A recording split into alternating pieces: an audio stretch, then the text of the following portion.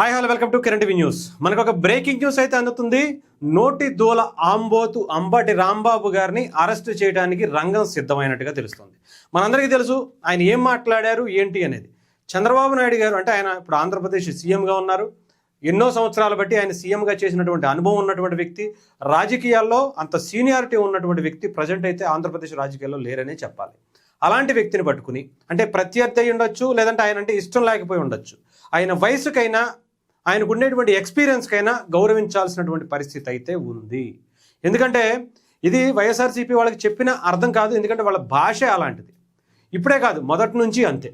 దానికి సంబంధించి అసలు ఫస్ట్ ఆయన ఏమన్నారు, అరెస్ట్ కారణాలు ఒకసారి మనం చూసే ప్రయత్నం చేద్దాం.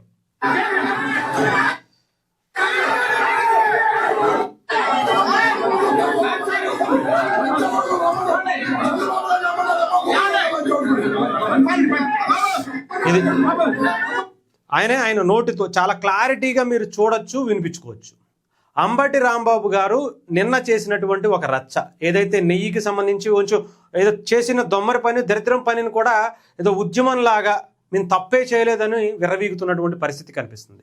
అయితే గుంటూరులో ఒక ఫ్లెక్సీ ఏర్పాటు చేశారు కూటమికి సంబంధించినటువంటి నాయకులందరూ కలిసి. చేసింది ఇంత తప్పు చేశారు, ప్రజలు తెలుసుకోవాలి, ఆ వాళ్ళు ఇంత కల్తీ చేశారు తిరుమల వెంకటేశ్వర స్వామికి సంబంధించి అని చెప్పి.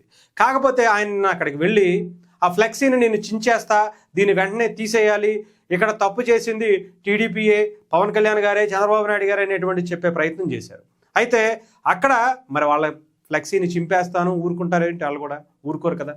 అందుకనే ఈ నిన్న వెళ్ళి వాళ్ళని రెచ్చగొట్టి వాళ్ళు ఎవరూ లేరు, ఇప్పుడు నేను చింపేస్తే నాకు పేరు రాదు, ఇంకొకటి రాదు, ఏదో ఒక విధంగా ఇలా రెచ్చగొట్టాలి, అల్లకల్లోలం సృష్టించాలి అనేటువంటి దాన్ని ఆయన క్రియేట్ చేసి వెళ్ళిపోయారు. ఈరోజు వస్తా, ఎవరు వస్తారో చూస్తా, నేను వీళ్ళు చింపుతారా, వాళ్ళు తీసేస్తారా లేదా, లేదా నేను చింపేస్తా అని చెప్పి ఈరోజు బయలుదేరారు పొద్దున్నే లేచి. ఊరుకుంటారేంటి వాళ్ళు కూడా? వాళ్ళు ఏమైనా చేతులు గాజులేసి కూర్చున్నారేంటి? మీరు మీ అధికారంలో ఉన్న టీడీపీ ఆఫీస్ని బద్దలు కొట్టారుగా, ఇప్పుడు వాళ్ళు కూడా ఎలా చింపుతావో రా అని చెప్పి అంబటి రాంబాబు గారు పొద్దున వెళ్ళేటప్పుడు ఆయన కార్యక్రమాన్ని అడ్డుకునే ప్రయత్నం కూటమికి సంబంధించిన నాయకులు చేశారు. అప్పుడు ఆయన మాట్లాడినటువంటి భాష ఇది. చంద్రబాబు నాయుడు గారు ఎవడొస్తాడో రమ్మను చూద్దాం, ఏ నా కొడుకు వస్తాడో రమ్మని చూద్దాం, చంద్రబాబు కూడా వస్తాడో, వాడు అమ్మ మొగుడు వస్తాడో, ఏ ఎల కొడుకు వస్తాడో రమ్మను అని చెప్పి మాటలు వదిలేసి ఇష్టానుసారం మాట్లాడి వెళ్ళి కూర్చున్నారు. నేనేం మాట్లాడలా, నేనేం అనలా అని చెప్పి ఇప్పుడైతే నీతులు చెప్తున్నారు. కానీ భయం స్టార్ట్ అయింది, మామూలుగా కాదు. ఈ నోటి దూల తగ్గాలంటే చెప్తున్నా కదా, మన చేపల్ని రుద్దుతాం కదా పైన పొట్టు పోవటానికి, అలాగా ఈ నోటి దూల మొత్తం పోవటానికి పోలీసులు నోకాల్సినటువంటి అవసరం ఉంది. లేదంటే దారికి వచ్చేటువంటి పరిస్థితులు అయితే కనిపించట్లేదు. చూసారుగా, ఏం చేస్తావు, ఏం పీకుతావు అంటే ఇదిగో పీకి చూపిస్తున్నారు. ఇక్కడ ఇంటిని, ఆయన బయటికి రాకుండా ఆయన్ని ఇక్కడ వరుసగా ఇదిగో, ఓకేనా, ఇవన్నీ కూడా చాలా క్లారిటీగా కనిపిస్తున్నటువంటి పరిస్థితి. మహిళలు కూడా ఏ రకంగా ఆయన మీద తిరగబడుతున్నారో మనం చూడొచ్చు. ఏంటి భాష, ఏంటి సంస్కృతి, ఇంత దారుణంగా రాజకీయాల్లో దిగజారాలా? ఓ పక్క లెక్చర్లు ఇస్తున్నారు కొంతమంది వైఎస్ఆర్సీపీకి సంబంధించినటువంటి నాయకులు. ఎవరు అధికార ప్రతినిధిగా ఉన్నటువంటి నాగార్జున గారు, పలానా మంత్రి రోజా గారిని ఎవరో కిరణ్ రాయలు ఏదో అన్నారంట.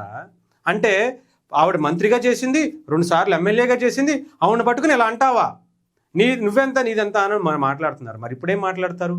అంబటి రాంబాబు గారు చంద్రబాబు నాయుడు గారి వయసులో సగం వయసు ఉన్నాక మనం పక్కన పెట్టుకుందాం, 50 ఏళ్ళు ఉండొచ్చు, అంత కింద పైన తెల్ల మెరిసిపోయాయి కాబట్టి ఆయన పట్టుకుని ఇలా అనొచ్చా, ఇలాంటి మాట మాట్లాడచ్చా? నోటికి ఏమొస్తుందో కూడా అదుపు ఉండదా? అందుకే అరెస్ట్ చేయడానికి రంగం సిద్ధమైనట్టుగా తెలుస్తుంది. అందరూ కూడా ఊరికినేటువంటి పరిస్థితుల్లో లేరు. ఇప్పటికే అంబటి రాంబాబు గారి ఇంటిని చుట్టుముట్టినటువంటి పరిస్థితి. ఆయన ఏ క్షణమైనా సరే అరెస్ట్ చేసి లోపలేస్తేనే ఆయనకి సేఫ్గా ఉండేటువంటి పరిస్థితికి అయితే వచ్చింది.